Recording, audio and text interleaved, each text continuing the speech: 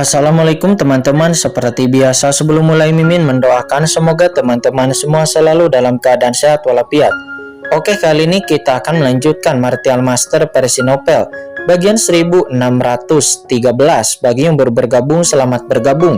Dan bagi yang belum subscribe, subscribe dululah agar Mimin tambah semangat lagi nih bikin videonya. Oke, kalau sudah kita langsung masuk ke isi ceritanya.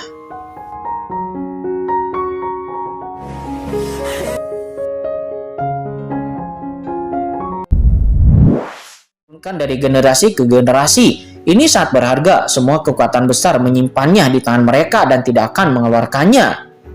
Jika Dewa Naga yaitu Ayah Linglong mengetahui bahwa Li Long sedang berjudi, bahkan mempertaruhkan metode transendensi rahasia keluarga mereka, pasti kaki Li Long akan dipatahkan oleh ayahnya. Namun saat ini Li Long seperti orang tenggelam. Dia menggenggam tangannya. Bagaimana dia bisa melepaskan dan rela melepaskannya dan telah kehilangan wajahnya. Dirinya tahu bahwa hanya dengan harta karun seperti itu yang mungkin saja akan dapat menarik Qin Chen untuk bertaruh dengan satu serangan lagi dari dirinya. Teknik rahasia tingkat transendensi, kata Qin Chen.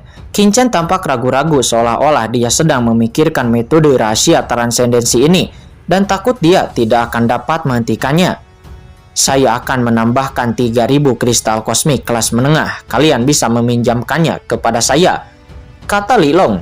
Melihat keraguan Qin Chen, Li Long berkata dengan marah kepada orang-orang di sekitarnya. Saat ini dirinya sudah bermata merah karena berjudi.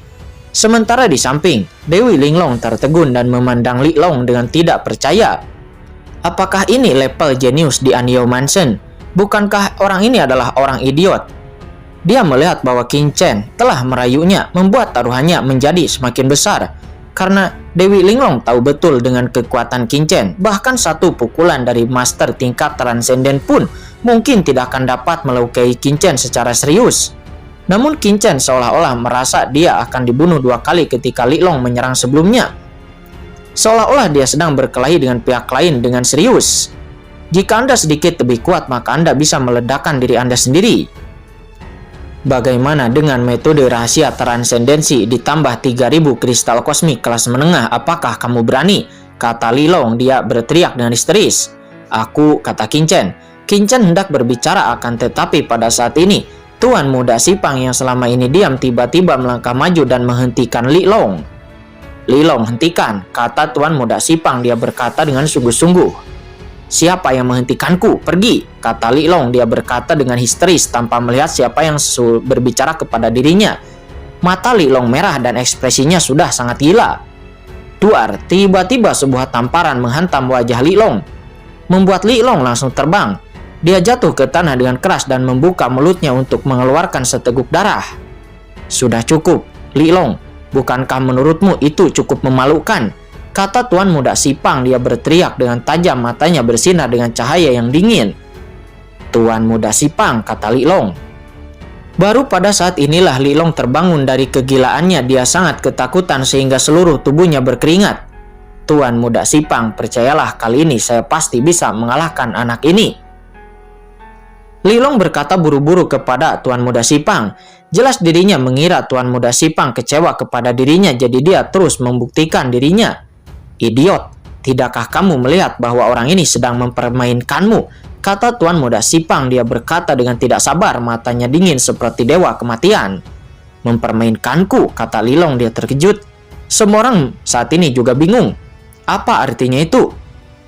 Orang ini bisa menerima pukulan keduamu. Dengan kata lain, pukulan pertamamu tidak bisa menyakitinya sama sekali. Tapi dia terlihat terluka sebelumnya. Apakah kamu tidak mengerti alasannya? Dasar bodoh. Kamu masih ingin terus bertaruh. Saya jamin Anda pasti akan kalah untuk ketiga kalinya, kata Tuan Muda Sipang. Dia berkata dengan dingin. Mendengar ini semua orang pun tercengang. Mereka semua lalu memikirkan kembali kejadian sebelumnya dengan hati-hati. Dan mereka semua tiba-tiba merasa bersemangat. Ya, memang benar apa yang dikatakan oleh Tuan Muda Sipang benar. Perbedaan antara kekuatan serangan pertama Li Long dan serangan kedua Li Long beberapa kali lebih besar, tetapi anak itu dengan jelas memblokir serangan kedua. Tetapi mengapa anak itu terlihat seperti akan mati ketika menghadapi serangan pertama? Ini sungguh mustahil kecuali anak itu sedang mempermainkan Li Long. Begitu pemikiran ini keluar, semua orang pun menunjukkan kemarahan. Oke, jadi orang ini berpura-pura menjadi babi dan memakan harimau, mempermalukan semua orang seperti monyet. Yang paling marah di antara mereka jelas adalah Li Long. Anak ini jelas memiliki kemampuan seperti itu, tetapi kenapa anak ini berpura-pura lemah seperti itu untuk pertama kalinya? Orang ini sangat jelas ingin mencuri harta karunnya. Oh, kurang ajar. Bukan hanya dirinya ditipu, tetapi dirinya ditipu 2 kali secara sekaligus. Jika Tuan Muda Sipang tidak menghentikannya sebelumnya, bahkan mungkin metode transendensi rahasia keluarganya pun akan tertipu. Oke. Li Long sangat marah sehingga dia hampir menjadi gila. Dia mengucapkan 3 kata baik berturut-turut dan dia sangat marah hingga dia ingin membunuh seseorang. Sepanjang hidupnya, Li Long belum pernah ditipu seperti ini sebelumnya. Tuan Muda Sipang, jika Anda mengizinkan saya mengambil tindakan, saya pasti akan mengalahkannya untuk ketiga kalinya, kata Li Long. Dia meraung. Dirinya masih tidak bisa menerima kenyataan ini. Diam, bukankah menurutmu kamu sudah cukup dipermalukan? Kata Tuan Muda Sipang. Dia berteriak dingin dan menuangkan baskom berisi air dingin kepada Li Long. Kemudian Tuan Muda Sipang memandang Qin Chen dan berkata dengan dingin, "Yang mulia sangat berani. Anda bahkan berani mempermainkan bangsa saya sendiri. Apakah Anda ingin mati?" Duar.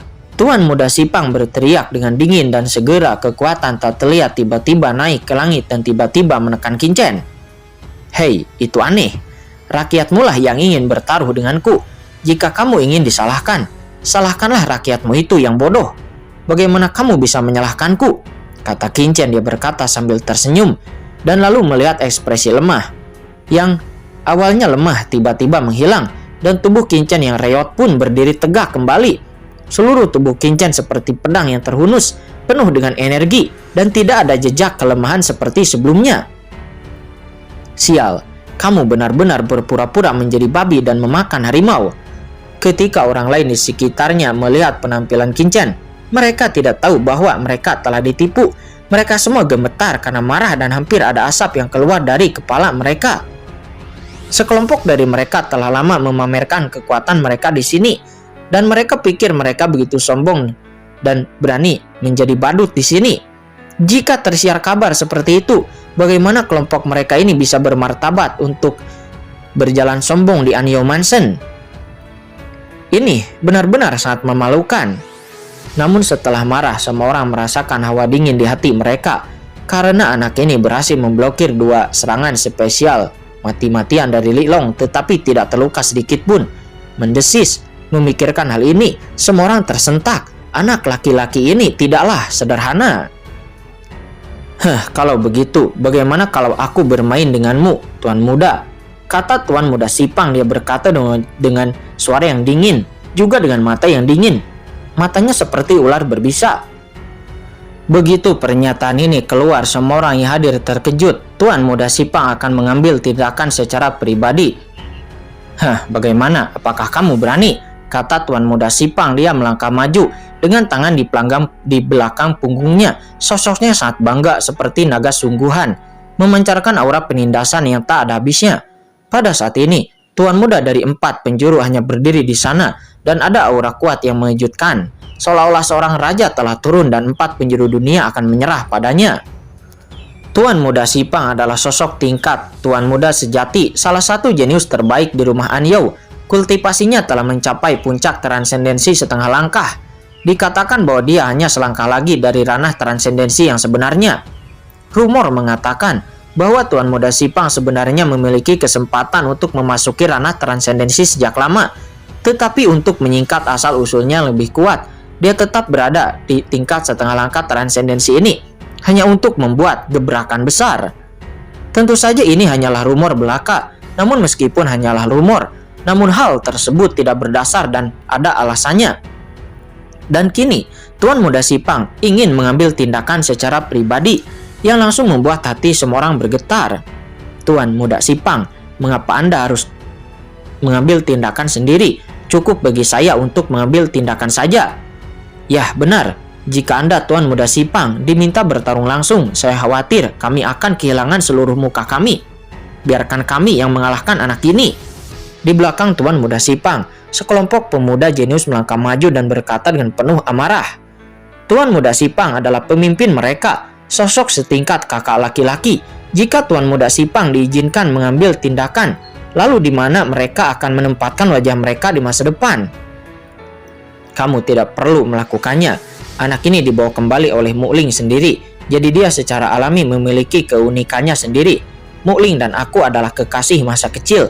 Kekasih masa kecil, Mukling, itu terlalu naif dan tidak akan dapat ditipu oleh anak ini. Kata Tuan Muda Sipang, dia berkata dengan bangga, postur tubuhnya sungguh luar biasa dan dia memiliki aura seorang raja. Nah, apakah kamu berani keluar dan bertarung denganku? Kata Tuan Muda Sipang. Dia kemudian mengambil 2 langkah ke depan, menatap Qingchen, menyipitkan matanya dan menghembuskan cahaya ilahi, seperti pedang tajam yang menebas langit. Atau kamu, jadilah pecundang dan akui kekalahan, lalu keluar dari Anyo Mansion, kata Tuan Muda Sipang. Kata-kata itu membuat Dewi Linglong mengepalkan tangannya, karena Tuan Muda Sipang ini terlalu sombong sekali. Kata-katanya ringan dan lembut, tetapi itu penuh dengan penghinaan dan kesombongan, seolah-olah seekor naga sedang menatap seekor semut. Saat ini, mata semua orang pun tertuju kepada Qingchen. Akan tetapi mendengar ini, Qingchen malah tertawa. Hahaha, hanyalah sekelompok anak laki-laki Anyo Mansion yang kecil. Apakah mereka pikir mereka adalah beberapa jenius yang hebat? Faktanya, yang disebut jenius Anyo Mansion tidak lebih dari ayam dan anjing, kata Qingchen. Begitu kata-kata ini keluar, seluruh penonton pun terkejut. Apa yang anak ini katakan? Kita seekor ayam dan anjing, kurang ajar. Ekspresi mereka menjadi sangat marah, semua orang berubah warna, dan semua orang menjadi marah karena dipermalukan. Anak ini terlalu sombong sekali. Dia pikir dirinya siapa? Dia sombong ketika berbicara, seolah-olah dia sedang berdiri di tempat yang sangat tinggi, memandang ke bawah kepada kejeniusan seluruh rumah Anyo, jauh memandang di atas. Ini adalah pertama kalinya semua orang yang hadir bertemu dengan orang yang sesombong itu. Kata-kata Qingchen begitu mendominasi, dan wajah Tuan Muda dari segala arah menjadi sangat jelek. Dia mengambil 1 langkah ke depan dan tiba di ruang terbuka tidak jauh di sana dalam sekejap. Dia meletakkan tangannya di belakang punggungnya dan menatap Qingchen dengan dingin dengan niat membunuh yang melonjak. Saya ingin melihat apakah Anda mampu menjadi begitu sombong, lalu keluarlah dan bertarung denganku, kata Tuan Muda Sipang. Dia berkata dengan dingin dan boom. Setelah kata-kata itu jatuh, aura menakutkan naik ke langit seperti pelangi ilahi, langsung mengalir ke langit tak berujung, menggerakkan angin dan awan ke segala arah. Tiba-tiba pada saat ini, orang-orang kuat yang tak terhitung jumlahnya di sekitar menjadi sangat marah, dan kesadaran yang menakutkan berkumpul satu demi satu. Jauh di dalam rumah Anyo pada saat ini, terlihat Pang Muling dan Raja Bismok Lau dipimpin oleh Tuan Jongkong. Mereka telah bertemu dengan penguasa Istana Anyo. Terlihat penguasa Istana Anyo atau ayah Pang Muling adalah seorang pria parubaya dengan lengan panjang dan jubah awan hitam. Jika dia tidak mengetahui identitas pihak lain dan jika ada orang asing yang hadir melihatnya, tidak akan dapat dibayangkan bahwa pria parubaya di depannya yang tampak seperti seorang sarjana biasa sebenarnya adalah penguasa rumah Anyo. Ling kamu beruntung kali ini dan tidak terjadi apa-apa. Jika kamu berani berlarian sendirian lagi di masa depan, mari kita lihat apa yang akan ayahmu ini lakukan kepadamu, kata penguasa rumah Anyo. Dia memandang Pang Muling di depannya dengan cukup marah. Ayah, putri ini tidak berlarian. Kali ini putri ini telah memperoleh sesuatu. Aku terus memiliki wawasan mendalam tentang alam rahasia Guiksu. Dan aku juga telah memperoleh buah pola kekosongan ilahi. Dengan buah ini, ditambah rahasia tempat kultivasi rumah Anyo kita, putri ini yakin dalam waktu singkat akan bisa menerobos ranah transendensi, kata Pang Muling. Dia langsung menggandeng tangan penguasa istana Anyo itu. Tidakkah kamu berharap putrimu ini bisa menerobos ranah transendensi? Sekarang putrimu ini bisa melakukannya. Kenapa kamu harus kejam kepadaku? Mendengar itu, penguasa istana Anyo memandang ke arah Pang Muling yang bertingkah genit terhadapnya dan tidak bisa berkata-kata. Saya harap Anda dapat memasuki ranah transendensi secepat mungkin. Tetapi saya tidak ingin Anda mengambil risiko seperti itu. Jika terjadi sesuatu bagaimana? Mendengar itu, Pang Muling menggelengkan kepalanya. Penguasa istana Anyao mengangkat tangannya dengan cemberut. Bukankah tidak ada yang salah dengan putriku? Dan ayah, kali ini putrimu ini telah bertemu dengan seorang talenta muda di alam rahasia Guiksu. Orang ini pasti dapat memiliki prestasi yang luar biasa di masa depan. Asalkan ayah bertemu dengannya, dan jika bukan karena ku kali ini, putri ini mungkin akan dalam bahaya jika tidak di bawah pertolongan pemuda itu. Kata Pang Muling. Dia memandang penguasa rumah Anyao itu seraya memegang tangannya dan berkata dengan genit, "Bakat muda, apakah kamu berbicara tentang anak laki-laki bernama Qin Chen itu?" Kata penguasa istana Anyao. Dia menus dingin. "Kamu pikir aku tidak tahu? Jika bukan karena orang ini, kamu mungkin tidak akan berhadapan dengan orang-orang dari klan kegelapan." Kata penguasa istana rumah Anyao. "Ayah, itu tidak benar. Klan kegelapan jelas bukanlah orang baik. Bahkan tanpa Qin Chen, mereka akan tergoda oleh Tuan Yuan Dao dan menyerang kami," kata Pang Muling. Dia mendengus. Pada saat ini, Raja Bismolao juga berkata dengan tergesa-gesa, "Tuan, apa yang dikatakan oleh wanita tertua memang benar. Qin Chen memang orang paling sombong dan kuat yang pernah saya lihat. Saya belum pernah mendengar tentang orang sejenius itu sebelumnya," kata Raja Bismolao. "Oh, benarkah?" kata penguasa istana. Dia menyipitkan matanya. "Kamu mengatakan sebelumnya bahwa kemungkinan besar orang ini memicu kekacauan di alam rahasia Guiksu yang menyebabkan kehancuran alam rahasia Guiksu. Apakah itu benar?" kata penguasa istana rumah Anyao. Segera setelah Raja Bismolao dan Pang Muling kembali ke rumah Anyao, mereka telah menjelaskan secara singkat apa yang terjadi di alam rahasia Guiksu. Ditambah dengan informasi yang dia kumpulkan, dirinya secara alami mengetahui banyak situasi. "Ya, Tuan Istana, bukan hanya itu. Orang ini juga," kata Raja Bismolao. Dia ingin mengatakan sesuatu yang lain. Tetapi sebelum dia selesai berbicara, dia mendengar suara ledakan. Dan tiba-tiba getaran samar terjadi di kejauhan. "Ada apa di sana?" Semua orang pun menoleh dan melihat ke kejauhan. Ini, Raja Bismolao merasakan aura di kejauhan dan ekspresinya tiba-tiba berubah. Penguasa istana Anyao juga melihat sekilas apa yang terjadi di kejauhan. Dan matanya tiba-tiba menunjukkan ekspresi penuh makna. "Ayah, apa yang terjadi?" kata Pang Muling. Dia bertanya dengan rasa ingin tahu. "Anak laki-laki yang kamu sebutkan itu sedang berkelahi dengan anak laki-laki si Pang itu. Ini menarik," kata penguasa istana Anyao. Dia tidak bisa menahan tawa. "Apa? Qin Chen dan si Pang saling bertarung? Apa yang dilakukan pria si Pang itu? Apakah dia tidak tahu kalau Qin Chen adalah temanku? Kurang ajar," kata Pang Muling. Ekspresi Pang Muling tiba-tiba berubah dan dia buru-buru bergegas keluar. Tetapi sebelum dia bisa pergi, dirinya tiba-tiba dihentikan oleh suatu kekuatan. "Ayah, apa yang kamu lakukan?" kata Pang Muling. Dia buru-buru berbicara. Penguasa istana Anyao lah yang mengambil tindakan untuk menghentikan langkah Pang Muling. Namun penguasa istana Anyao tersenyum dan berkata, "Muling, kamu dan Mo Lao sama-sama berkata bahwa anak ini adalah seorang jenius yang sangat langka di istana Anyao kita. Mengapa? Apakah kamu masih takut orang ini akan diganggu olehnya dari seluruh penjuru jenius rumah Anyao kita? Jika anak ini seperti yang Anda katakan, bagaimana Anda bisa takut orang ini akan dikalahkan ataupun terluka?" kata penguasa istana Anyao itu. "Ayah, itu adalah satu hal lain yang berbeda. Bakat luar biasa Qin Chen itu adalah urusannya. Tetapi si Pang memprovokasi temanku itu adalah masalah lain. Bagaimana mereka bisa seperti itu?" kata Pang Muling. Dia berkata dengan marah. "Hahaha, jangan khawatir. Karena Qin Chen adalah temanmu, dia tidak akan membiarkan menderita. Dan ayahmu ini akan mengambil tindakan jika sampai anak Qin Chen itu terjadi sesuatu, dan manajer Lee di sana juga tidak akan membiarkannya. Saya hanya sebagai seorang ayah hanya ingin melihat bakat luar biasa macam apa yang kamu sebutkan," kata penguasa istana rumah Anyao itu. Pang Muling ingin mengatakan sesuatu lagi, tetapi Raja Bismolao di samping segera mengingatkannya. "Nona, penguasa istana ingin mengamati Qin Chen. Dengan kekuatan Qin Chen, jika keempat pihak tuan muda itu ingin mengincarnya, itu akan menjadi langkah besar baginya," kata Raja Bismolao. Mendengar itu Pang Muling menus dingin, tetapi kemudian Pang Muling tidak berkata apa-apa.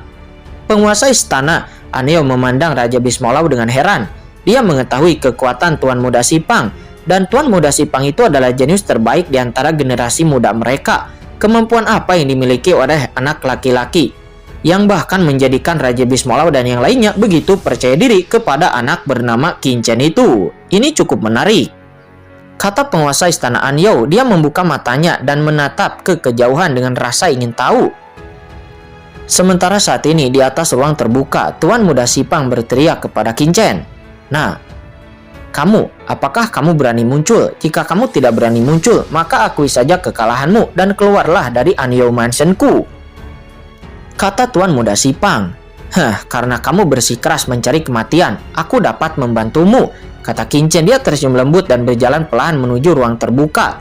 Namun, ketika Anda dan saya bertarung, bukankah kita juga harus beruntung? Harta Tuan Muda Sipang yang bermartabat tidak mungkin lebih rendah dari bawahannya, bukan? Kata Kincen. Tes.